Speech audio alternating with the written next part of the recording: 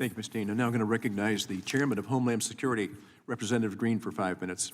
Thank you, Chairman Kelly, and I want to commend you and the ranking member Rowe and the task force staff for the hard work that they put into investigating this critical security failure that led to the assassination attempt that wounded President Trump and 2 rally attendees in Butler and tragically took the life of Corey Compatore.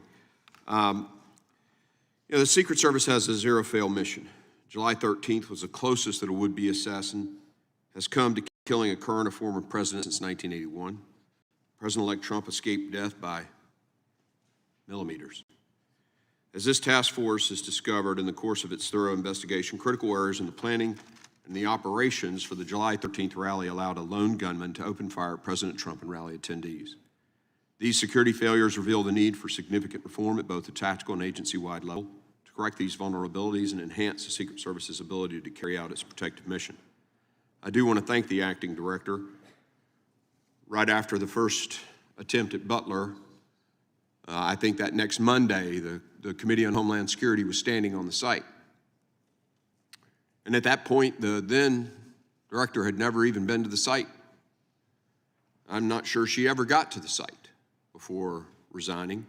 But within a day of what happened in Florida, you were there.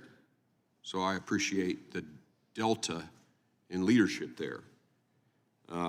We appreciate the hard work and bravery of the men and women of the Secret Service who have served tirelessly during a busy election season, and it is our hope that this investigation leads to a Secret Service that is stronger and better prepared for its mission. Obviously, the biggest failure, you brought it up, was the AGR building, the failure to the line of sight issues that were related to that. What's specific to that failure, the miss of that risk? I mean, that a basic training private in infantry would know about 360-degree security. What specifically have you done to make sure that never happens again? Yes, sir. So one, with this paradigm shift, going with the threat model and looking at the fact that we have to be able to provide the highest levels of protection to any of our protectees based on that threat. That means that we bring the full resources of what the Secret Service has. Our Special Operations Division operators, which consists of our counter-snipers, our counter-assault team members, and other members, and other entities within the SOD. So by shifting this paradigm to making sure that those assets are available so that when site agents are out there, they actually they don't have this, well, I'll never request this because it's not going to get approved. No, actually, what I'm telling you, if you have a vulnerability that you've identified, make the request, because we are gearing up now to put everything we have to keep all of our protectees safe, because we have to be based on mitigating a threat. It seems almost to me like it was lackadaisical. I mean, it's hard to fathom that someone would say, we don't need to cover this. And the communications issues with the local law enforcement, I asked the question when they came before the committee recently, when everybody showed up on the day, was there a check-in? And there were law enforcement agencies that had never even talked to Secret Service that day. I mean, these are really basic things. And you would think they would know to do those kinds of things. So it speaks of apathy or complacency that is really unacceptable in an organization like the Secret Service. One of my questions to you is, the level of the failure. It seems unfathomable. The internal policies that weren't adhered to, the failure to mitigate very obvious risks.